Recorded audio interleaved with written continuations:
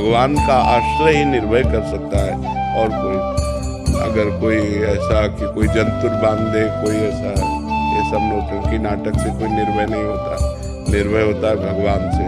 5 वर्ष का बालक प्रहलाद है और त्रिभुवनपति हिरण्यकश्यप उसका पिता है, और भगवान के चरणारविंद की आसक्ति से युक्त होकर त्रिभुवनपति को हरा दिया।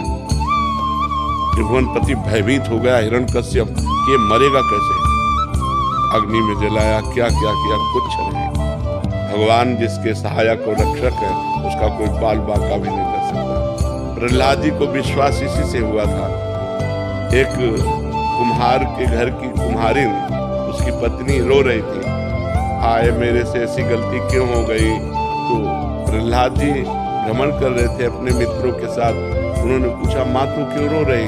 तो उनका बेटा, मैंने मटकी उठाकर आवे में रख दी और उस मटकी में 2 बिलैया के बच्चे थे। अब पता चला जो आवे में आग लग गई।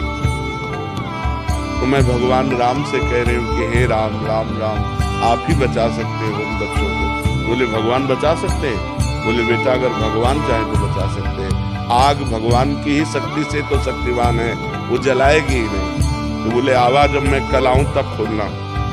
तो प्रहलाद जी जब गए तो बोला सब मटकी पक गई थी और उस मटकी में आँच भी नहीं लगी थी। बिलैया के बच्चे बच गए। पूरी मटकी ताप से परिपक्व हो गई और उसमें आँच भी नहीं लगी। तो हम उस परमात्मा की शरण में हो जो भय रहित कर देता है, तभी निर्भयता आएगी।